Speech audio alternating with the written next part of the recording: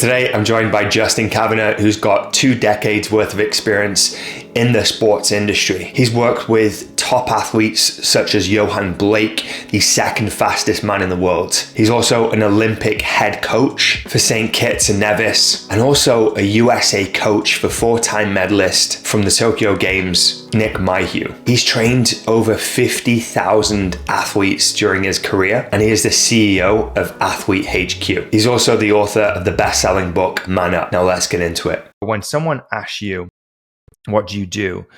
How do you respond? What do you say in that situation? I work with the most elite athletes in sport. My goal is to rewrite history. So when someone comes to me, if I don't feel like I can make a difference in the history books working with them, probably not the right fit for me. So it's a really easy filtering mechanism to realize people that have real big aspirations versus people that they just want to kind of go through the motions and see if it's the right fit for them. And I kind of, at this stage in my career, it's more about filtering who I invest my time into. So it sounds like you're very selective. That's fair to say at this stage of your career, right? You're very selective. You're working with some very big, well-known individuals, and maybe we can get into who they are, but I'm curious about how do you get to a place where you're working with such high-level athletes like Yohan Blake, for example, the second fastest man in history.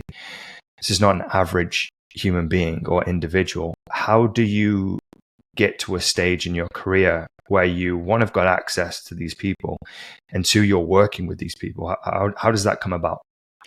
Well, I think for me, it started at the top, which I think is where everybody wants to go. They all want to work with the most elite athletes. They all want to work with these kind of superstars and the celebrities. Early on in my career, I kind of fell into it, right? Where they say, hey, Cav, you're training me. What do you mean I'm training you? I train with you. I'm working in these environments. Like, no, I trust you. Like, whoa, now it's a different conversation.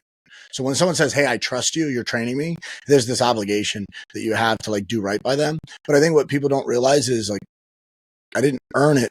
I earned it. I didn't earn it through my competency. I earned it through their confidence in me. And what ended up happening was I understood my role in the beginning, which was like, don't screw it up. Whereas a lot of people think that they're going to just like take everybody on and be like, they're going to be anything and everything to everyone. And I realized like, okay, I have these people that trust me. I have these people that kind of are going to put their investment into me, into their long-term career, and into their life.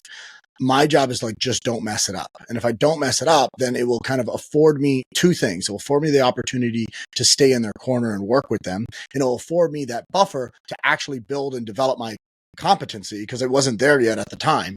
And over time, you get really good because you realize shit's on the line. Like, I like to work in an environment where there's a lot of skin in the game. So the more skin there's in the game, the harder I'm going to work. And the harder I work, hopefully I would think the better, coaching output I deliver. So for me, I realized everything started and ended with trust. The minute that you breach the trust, it's over. The minute that they have the trust in you, they're going to be easily bought into kind of what they're doing.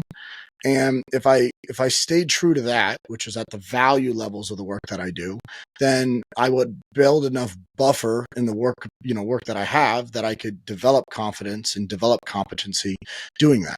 And that's how it started. And in the middle of it, it was just don't pretend to be something that you're not.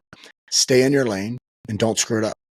So if you want to explore working together, then click the link in the description, enter a few details, and that'll put you in touch directly with me so that we can explore which options might be a good fit for you. Born and raised in Miami, I was a 5-sport athlete, had a lot of success in my individual career, which afforded me the opportunity to be in that room. But like in life in general, as you look at these things over time, you could buy a ticket to the table. You could be invited to the table. You could set the table, or you could be the thing that someone wants to come to the table to see, meaning that you're the one who they are there to see. And, initially, I think everybody like wants to buy a ticket to the dance. You can't buy a ticket to these environments, right? You don't get to buy a ticket, to be a player in these environments. So what you have to do is you have to earn your way there. And the way that I earn my way there is knowing that my role at the table was to do one thing. And for the athletes initially, it was probably confidence. And then it translated over time into levels of competency that I had so that I could deliver them a product that they felt good with. But it wasn't everything, right? I wasn't their nutritionist. I wasn't their psych coach. I wasn't their strength coach or speed coach or skill coach. It was that one thing to them that they needed to feel good about having the edge. And then it evolved over time. And what I did is I have a big ego. And I had a bigger one probably earlier on in coaching. But what I did is I leveraged that to realize, like, I have such a big ego. How do I not screw it up? I need to go seek out help. And I seeked out help aggressively to people that I thought were the best in the world. And when I realized that some people aren't the best of the world, I moved on quickly and I found what would help my athletes as quickly as I could. And in that process, I was able to seek out things that I think that people were kind of discarding. And when you became the person that is willing to kind of put yourself aside to find out what's in the best interest of them, they knew that. And if they knew that as principle one, from a level of trust, that I would do what's in their best interest, then it made it so much easier to have conversations with them. It even to the point where, like, I was like, hey, I want to try this. I don't know if it will work, but I think this is the right fit. Let's go look into it. And they're like, I got you, coach. Let's go. And that afforded me the opportunity to start exploring, right? Early on, I was seeking to try to find truth. I was seeking to try to find what was in the best interest of the athlete. So I had no choice. But then later on, it became, now I'm seeking for an advantage. Now I know what works. We know how to get, to the top. Now it's a matter of how do we stay there? So, I think a lot of people don't realize this also. Athletes are attracted to the things that they need. They have natural abilities to kind of find out. So if you're never being seeked out for something, it's probably because you're not there yet. And if you feel like you belong in that environment, well, put yourself in that environment and see if people are attracted to you. But I have a lot of people. I have people that reach out to me on a regular basis. But more than anything, I have a lot of people that won't reach out to me. So if you think about, there's millions of people on this planet that are interested in the things that you do. And this doesn't matter what it is. It could be business. It could be sport. It could be training. It could be, any sort of education. There's millions of people that are interested in your specific subject. But why are a large group of those people not connected with you? And the reason why is because they don't resonate with you. And for me, I think that's a really good thing, because the message that I'm putting out to the world, if it doesn't resonate with you, it's probably because you don't fit the clientele that I want to work with anyways. Because once you're in my world, you become a little bit of my world where I have to go kind of all in. I don't work with anybody kind of like piecemeal. I have to be, a big factor in that, the reason why that person's, having success. If not, then what's the point? Am I just going to ride the coattails of their, achievements so that it helps my ego? That's not something I want to do. I don't feel good about that. One thing I did notice about you when I was in Virginia, I think you mentioned this very specifically actually at the event, is like you intentionally piss people off. You said something along. You said something. Maybe it was like tongue in cheek. Maybe it was just a throwaway comment. But it's kind of like saying what you just said there is like you're being who you actually are to repel and attract. Essentially, so this is my fundamental belief. This may not work for everybody, but it works for my personality. I believe in adversity and in conflict, people are the most true to who they are. So, you look at loyalty, for example, right? Everyone's like, I'm super loyal, this, that, and the other. Loyalty, it doesn't matter until it's tested, because it doesn't exist in a world where things are not shaken. You're my guy. I believe in you. Let's do this. We're going to work together. And then all of a sudden there's a little bit of conflict. There's a little bit of resistance. There's a little bit of adversity. And then they bounce or something happens or they change their mind. Well, then what was all of, those other comments on loyalty and being with you? That's all hot air. So the truth is loyalty doesn't matter until it's tested, because it's not true until it's actually tested. And I think the faster you could get to the truth, the better it is. So what I do is I think that you have to kind of, you look at like the bricks on the wall and you got to press that one brick that kind of pisses people off. You got to figure out exactly what's going to bother them, because if you do that, you could get to, the depths of who they are as a human quicker. And the quicker you do that, the less time that you're going to waste. So what I like to do is create conflict. And in conflict, you could kind of see that kind of come out, because one thing is going to happen, which is a decision, and it's going to end up in one of two buckets. If I have a disagreement with you right now, Alex, and we sit there and we're talking, we have a strong disagreement, you are going to immediately kind of have more conviction in the thing that you believe in, or you're going to change and believe in the thing that I am telling you. Totally agree with that statement, by the way. So immediately there's a benefit. There's a benefit because you have more confidence and conviction in the thing that you already believed before I had a conversation, because you're a stronger arguer, you're stronger at defending your points, you're stronger in your belief system, or you're going to grow and evolve and change. Whichever direction you go doesn't mean they're right or wrong. It just means that there's a benefit to that experience of conflict. And most people avoid conflict at all costs. So I just find it immediately, address it. And then once we address it, we could actually move on from it, because why wouldn't you want to create a level of artificial conflict before there's actual real conflict? Because there's going to be real conflict when you try to achieve things that are outside of the scope of normality for people. So what I'm hearing from you is you're inviting conflict, but you're not manufacturing conflict. No, that's manipulation. And that's that's actually you're inviting it. You just know human beings that there is going to be some form of conflict, disagreement, clashes of beliefs. And you know that the best thing to do in that scenario for a win-win outcome is not to retreat, but to advance and push against it in order for the benefit of the group, the team. Yeah, I think that you bring up a really interesting point that probably kind of advances my view on it, which I think is a great moment right now, because it gives me perspective of what we're trying to do. We're not trying to manipulate. So manipulate and forcing buy-in is, in my opinion, catastrophic in the coaching journey. I believe as a coach, anything that I see, I've either coached or I'm allowing to happen. I don't know which one's worse, ignorance or negligence. So if somebody's doing something that I think is going to cause harm to them, if I don't advance into that conversation and say, hey man, I don't think this is good for you, here's why, right?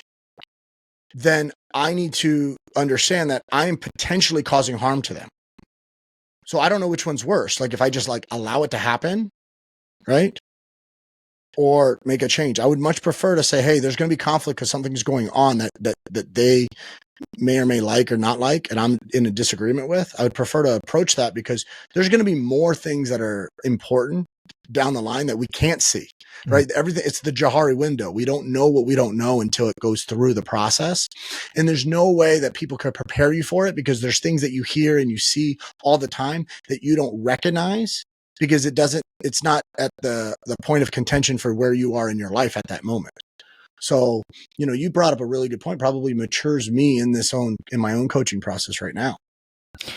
What you mentioned sounds to me like conscience congruence. So this is something that I explain that for me. It sounds smart, so I got to listen to it. Yeah, well, I thought it sounded smart too, but when I picked it up, I was like, makes total sense. And what you described to me sounded like conscience congruence. That was a little bit of an update, letting us know we're in full swing.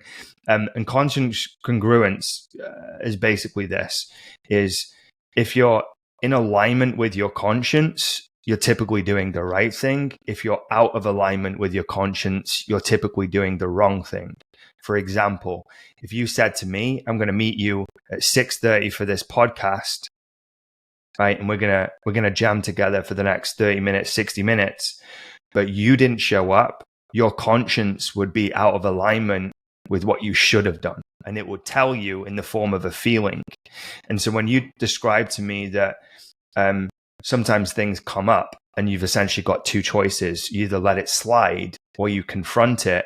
When you confront it, it's you being conscience congruent and leading with your conscience, even though it could be uncomfortable and painful for the parties involved. Absolutely. I think that's a very good way of looking at it. The other thing too is when it happens, there's levels to it. So for instance, let's say you see something that's out of congruency to what your coaching philosophy is, and you see it and you want to identify it, and consciously you want to address it.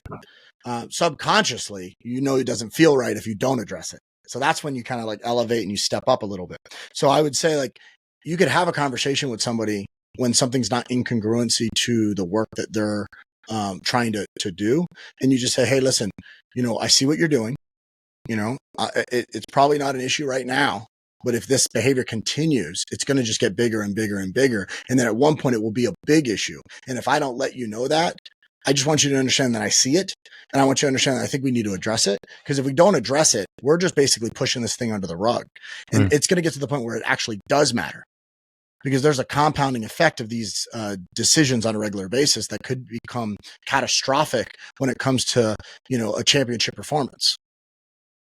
So I want to make sure that we kind of uncover some of these things, right? Because people are like layers, right? Everyone thinks that it's like one thing that happened. It did this. And it's like, look, people are more complex than that. It's never single factor theory. It's always multifactorial regarding like the decisions.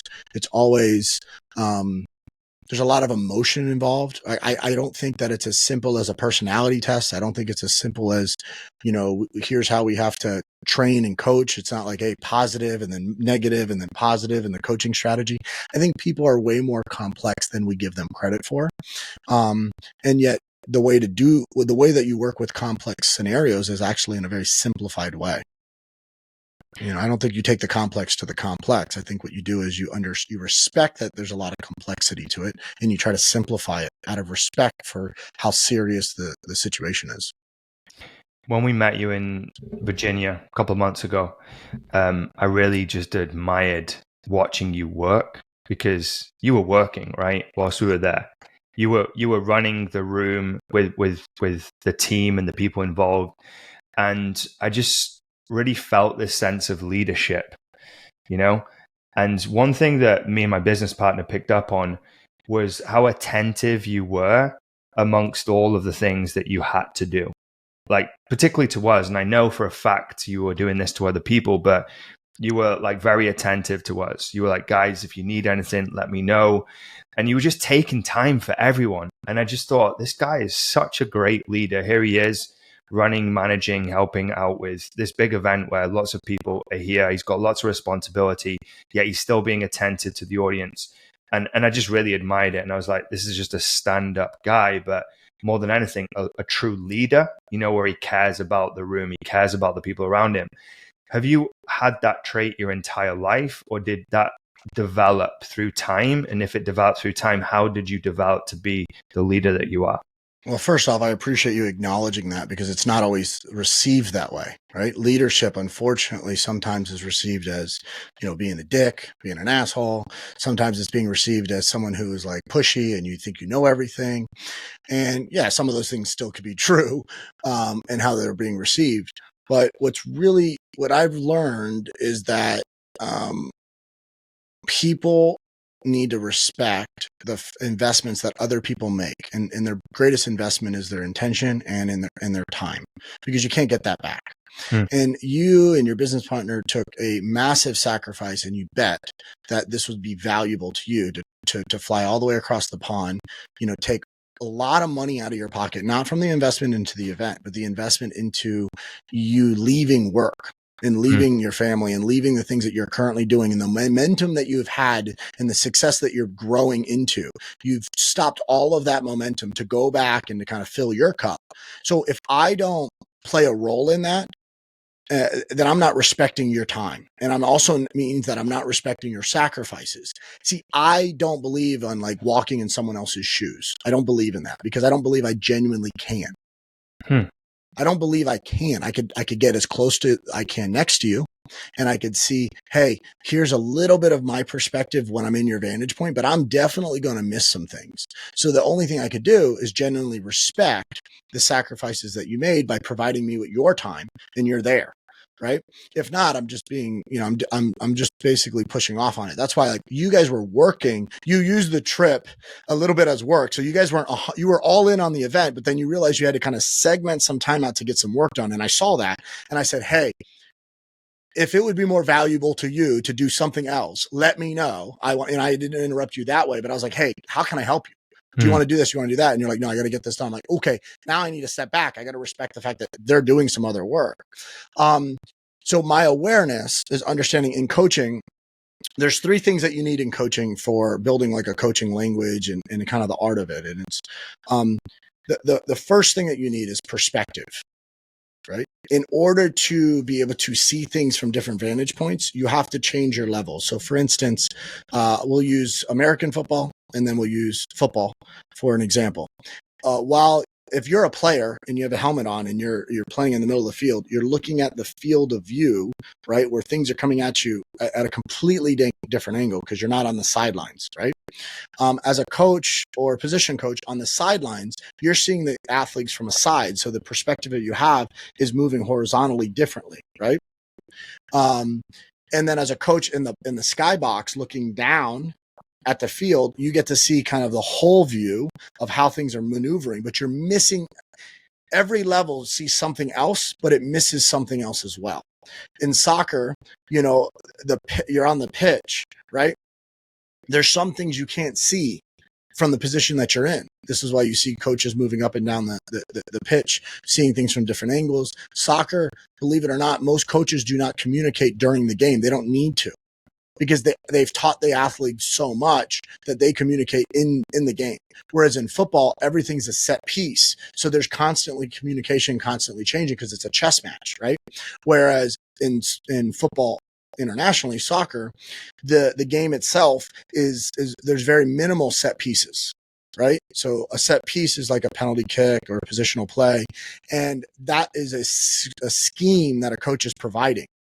So that's when the communication needs to happen. But the visual side of coaching is all about perspective. Is it, are you on the pitch? Are you on the sidelines? Or are you in the skybox? The second thing that you need is attention. I need permission to coach you. So like you could say I'm a jerk, but you asked to be great. You said, I want this. You're the only person I know or that person I believe in that I'm going to invest in to help me get there. Well, okay, then I better have your attention, because if you're not going to listen to me, then go work with somebody else. And if you want to choose that other person, then you're going to need to give them your attention. But if you're not giving your coach attention, or if you're not giving the person that's going to mentor you the attention, then you're not being a good student. So as a coach, you need perspective, and then you need attention. And then the last thing you need is you need to give clear, concise direction. You can't have confusion in your coaching process. So I got to be like, here is what you need to do. This is where you are. This is where you're going. Here's the bridge in between. So in that kind of coaching process, these are small moments every single day that I go around and I have a level of awareness and watch what's going on. So in that event, yes, I'm a speaker. So in that moment, my job is to manage and control the energy in the room.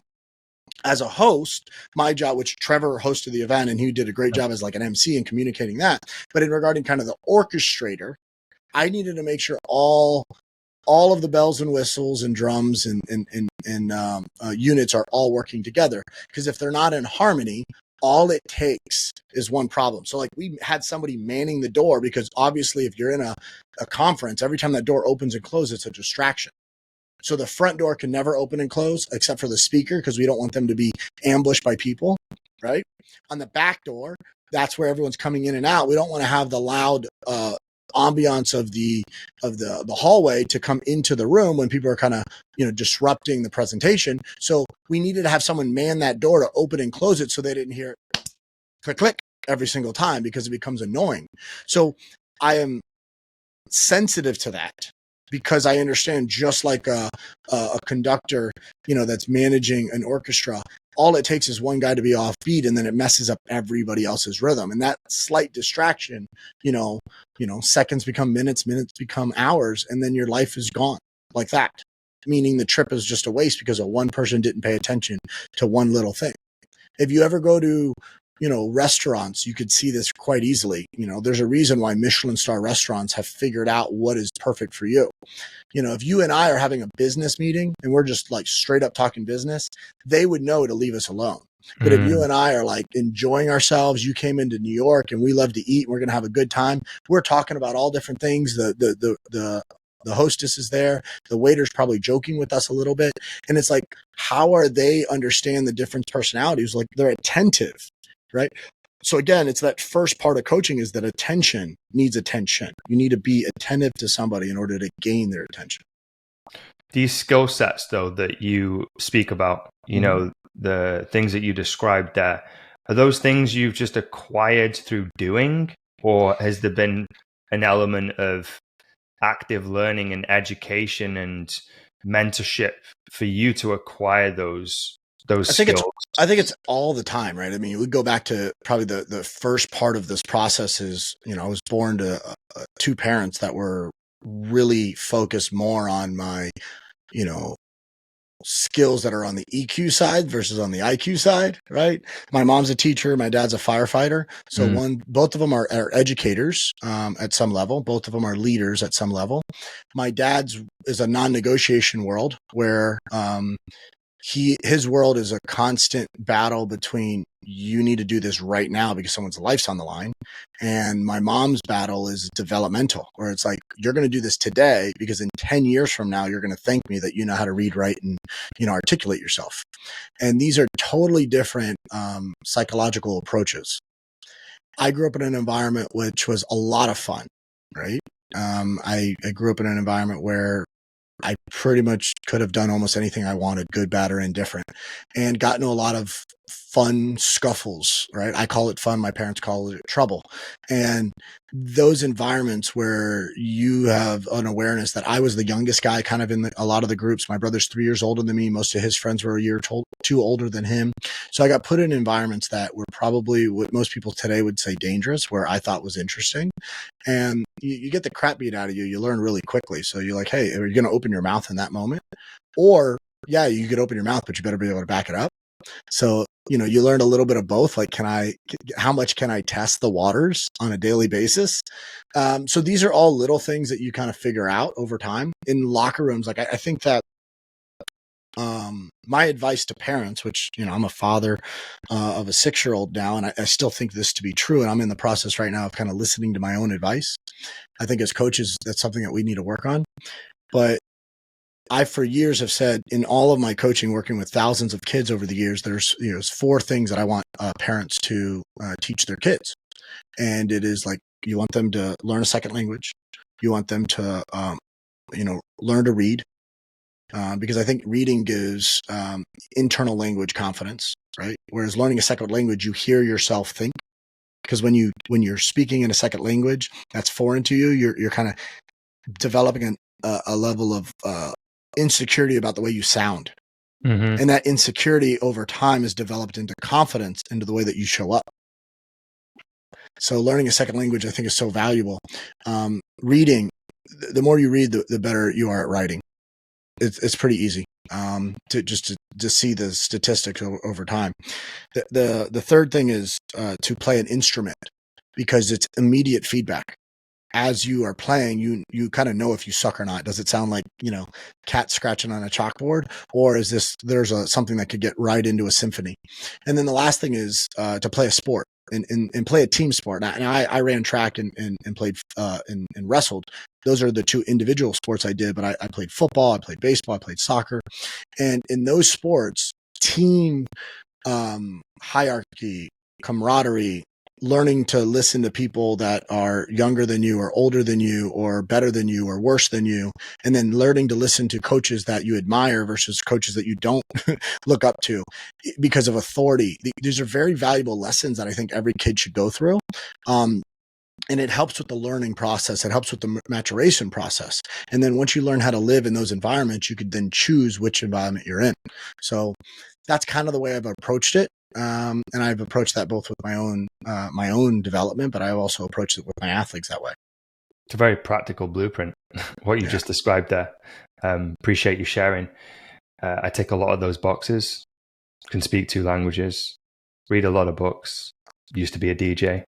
Didn't do team sports that well. I was a skier, more of a solo rider. So maybe that's something I need to pick up, team sports. Well, I mean, you think about how valuable an individual sport is, right? There's a lot of talking to oneself in individual sports. So, in the track and field world, there's a lot of talking to yourself before the event, because during the event, there's not a lot of talking. In a sport like wrestling, or an individual sport like boxing, or an individual sport like fighting or jiu-jitsu, there's actually a lot of talking to yourself during the event. Yeah. because you're talking yourself out of something, into something. Skiing is a very quick conversation sport where, depending on the way that, what discipline specifically, if it's slalom or different types of work, cross country work where it's like longer stuff, you're talking to yourself through turns, you're talking through yourself through confidence. You're like, it's happening so fast, where people talk about getting into your flow state or zone. This state of calm is what we're trying to develop with athletes like that, because the communication needs to have real good congruency. You talked about the different perspectives earlier. Like one of the three things you mentioned was perspective, right, in coaching. And this kind of got me thinking about how you've actually assembled a team to give you more eyes, essentially, more visibility from different vantage points that maybe you can't see because we're all limited as mere mortals, right, when it comes to our capabilities and skills. So talk to us about that. Like, how have you assembled this team of professionals around you, and how does that ecosystem work in your coaching process? Because I find this fascinating. Yeah, I mean, and I call it my team of Avengers, right? Because we have everybody from, the young Spider-Mans of the world to, the Wolverines that keep you alive and that they never die, right? To the doctors of the world. So it's a lot of fun. What I did is I just seeked out my mentors, and I got to the point where I'm like, hey, what's the best way for me to learn and acquire their stuff? Like, I can't necessarily pay them to do this work. Some of them are not for sale. But then what happened is because I've built a team that helped my Olympic and pro athletes, it allows me to take a certain use case. So let's take athlete A, for example. He came out with a specific problem, and we can't figure out how do we approach it? We don't know exactly what's going on. So if I say, here's the issue, and I present that to 3 different people, to 4 different people, and I give them all the same, information, and they all come back with the same response, and I didn't see it, why did I not see it? There's a gap in my knowledge immediately. If they all come back with different ways to treat the issue, but they found the same cause, right? How did they see the cause and I not see the cause, number one? And now we have confidence that that is actually the root cause, but the treatment now is different. So now it allows for us to have a compounding effect to the different treatment modalities to address this particular issue. And it allows for us to look at the parallax, right? So what a parallax is it's identifying a blind spot. So if like you've seen anything that has, where you look at this and it looks like like a cylinder, and then on the other side, it looks like a circle or it looks like a square. It's from the vantage point, right? Because from one side, it's one shape, and then from the other side, it's another shape. Both of those things can be true. But most people will sit back and be like, that's not true. You're lying. I disagree with you. Hey, I appreciate that you disagree with me. I appreciate the conflict. As you know, my coaching style doesn't necessarily reject that. It just welcomes it. But what I'm also very open to is both of those things could be true, and you just don't see it. But when some people have such conviction in their vantage point, they are going to have some blind spots. So how do I kind of create a 360 protective view of my athletes in my life? Is I just have people at all different levels, from orthopedic surgeons to neurosurgeons to blood specialists to cancer specialists to, the best trainers and coaches in one area to the best people in psychology and hypnotherapy, and we pull all of these people together, and it's amazing on what the results could be. There's a gentleman in Australia named Simon Bowen, and he runs a company called the Models Method, and his brain is just fascinated. He uses shapes and he articulates through writing and basically a concept of when you draw on paper, you draw people in because they become part of your art. They become part of your model. And I showed him my models of coaching people, and he breaks the model. He broke it right in front of me. And he explained and this man is a businessman. Now, he does have a sports background, so I'm not going to take that away from him. So he does have a little bit of an advantage. But generally speaking, most people at that elite level in business do not speak. They don't understand the sport technicalities. He did, so it's a little bit easier for him. But when somebody could break your model at the elite level, you're going to pay attention to them. And when he breaks the model, he's going to tell you exactly where you need to fill it. And he's going to tell you exactly what problems you ran into. So this man, after 10 plus years of me coaching, broke a model and showed me the 3 critical areas where I've always had problems in my coaching. And he did it like that. And this guy is an Avenger. And he's without a doubt, he's one of my Avengers. Okay. So anytime I have a problem, I say, hey, can we map this out? And he could map it out. And he shows me the gaps. So how do you get to him, first of all? Like, how does that scenario appear? Like, how do you get into that conversation? And then, if you don't mind sharing, what happens next? You find this guy, you have this discovery, you found a diamond. How do you take that diamond home with you and add it to the collection, so to speak? So this is great, because as you start collecting your stones, right? Yeah. So I'm in an event in New York City. Simon's from Australia. He is the main speaker at this event, and he's the last speaker at this big event in New York City. I'm in the back of the room, and this guy just blew my mind. And if you've ever been to a conference where the speaker blows your mind, you're like, how do I connect with him? I had no idea who this person was before this meeting. And I'm in there and I'm like cursing this guy out in the back of the room, because like he literally just changed my entire world, put it right upside down.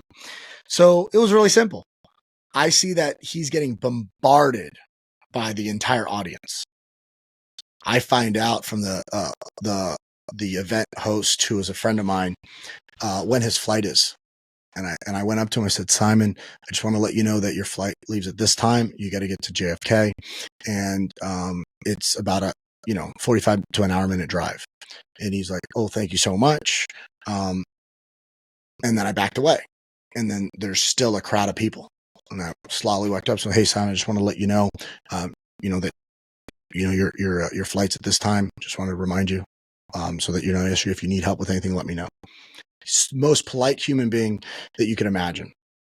But he's starting to get to the point where this line's not getting smaller, right? This crowd of people it's growing. It's not actually dwindling down. The more people he continues to serve, it just keeps growing. So, he's like, well, I'll get a cab. And I'm like, nope, I'm going to drive you. So I keep kind of prepping that. And he's like, absolutely not. No. I said, no, I've already scheduled it. I'm going to drive you. I have a car. We're going to get you taken care of. So I ended up getting him out of there. We were able to go to dinner because we had enough buffer between that time. And, I couldn't spend $5,000, $10,000 to be in a room with him, but I could drive 2 hours, and sacrifice, 2 hours of my day to be able to spend that time with him, because guess who's in the car with me on the way to New York before his international flight? This guy who just blew my mind. And now he's a mentor of mine and who I could speak to on a regular basis because of that relationship. But all I did was sacrifice something, which was my time. And it was not nearly the sacrifice it would have been if it would have been financially, an option to work with him. And frankly, it's like sometimes you have to know your value. Right there, my value is not my coaching experience, my athletic background, the fact that I do cool things. My value is the fact that he's in another country. He's got to get to an airport that is in the middle of New York City, which is a pain in the neck to get to. And someone's saying, hey, I got you. So now what is he going to do? Jump out of my car? Now we can talk about whatever I want to talk about for the next hour. So that's how I connected with Simon. And then the relationship grew into, a mentorship role, into where I learned a lot from him. And if you saw a lot of my models, almost every model up on that stage was either broken or developed by him.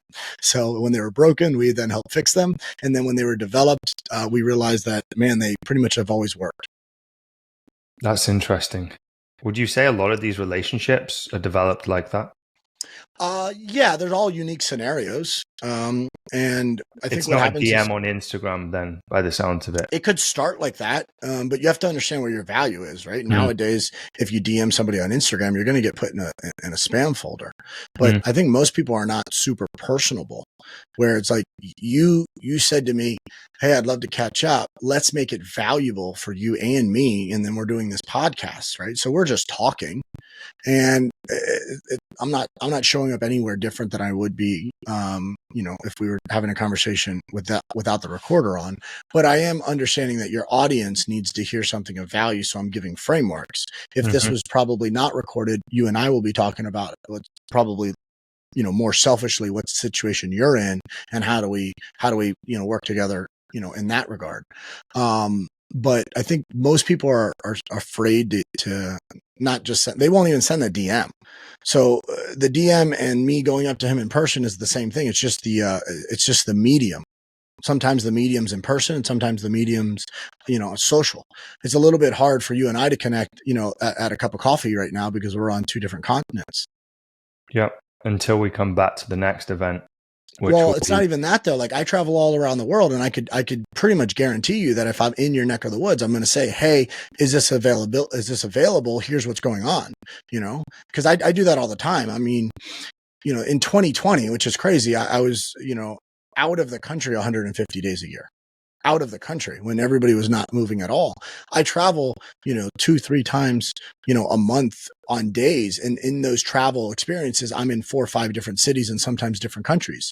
So what happens is I could kind of plant a seed to somebody that I want to connect with and be like, hey, and then what happens is some people will move a lot of their daily, schedules because they understand that I'm not going to be able to see them for another year. And if you looked at it like that, you would probably be able to make more concessions. Most people, it's like you don't value what's in your backyard. How many people, Alex, and I'll just push the question back on you. How many people do you want to connect with that you take advantage of the fact that they're right in your backyard, and you take for granted that you could connect with them at only any time, but you would have loved to met with them last week, but you just didn't because it was too easy? I can think of one person right now where I'm just like icing it for a bit. Yeah. I could just hit it right now if I wanted to. Yeah. And I think we do that all the time. And I think that I like to build relationships before you need them. So with kind of my team of Avengers, I understood in those relationships, I've spent years with most of them, 10, 15 years. So what happens is when you start pulling them together, there's hundreds of years of experience underneath them. A lot of my mentors are in their 60s, and 70s. So some of them are in their 50s, but, and some of them are younger than me. Some of them are athletes that I train. And I'm just like, man, I've learned so much from you. But what it is if you could pull them all together, you gain perspective of wisdom that I don't have because I'm not that old, right? And when you have someone that is much older, they just see the world differently, and they can give you some insights that you'll just never be able to even think about. So, what is your value to them at a certain stage, right? I joke around, but I'll still apply for internships at the college level just to see if I could get in, even though I won't be able to do them because I'm so busy. But I don't mind making a coffee run. I don't mind doing grunt work. That doesn't bother me. I actually mind doing grunt work in my own life and business, but I won't mind doing it in someone else's world because I understand the role that I play. Like if I'm in someone else's environment, I'll do that in 2 seconds. I don't mind doing that stuff. But if I'm in my own environment, like, no, I've built a world where I don't have to do that. Why would I want to do that? It's a leverage game, right? If I have to be the one that, cleans my house and cooks my food all on a regular basis, then I'm devaluating the time that I could be spending doing other things that are more productive for my family. But if someone asked me to do that for them, I would probably be willing to do it. Athlete HQ. Executive program. Talk to us about that. What is this? How has it come about? And how do you just add another project to the plate? It's not like you don't have enough things to do, to build, to create, to attend to. Yeah. How did this come about? I mean, it was really simple. I train the most elite athletes in sport. My job is to rewrite history with their life. And what we found is, with athletes in sport, not just cancer drugs, but things that are people that are at the terminally ill structure or level, those modalities work really, really well with high performing athletes.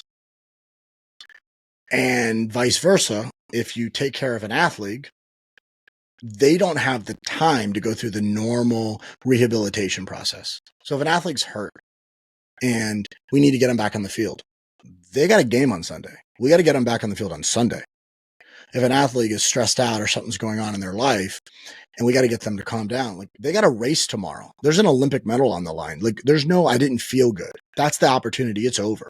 Yeah. So when you realized that the team that I built to work in that environment, I started to basically work with executives because it came back to earlier stages when I was working with youth sports and I was working with a lot of younger athletes, helping them out.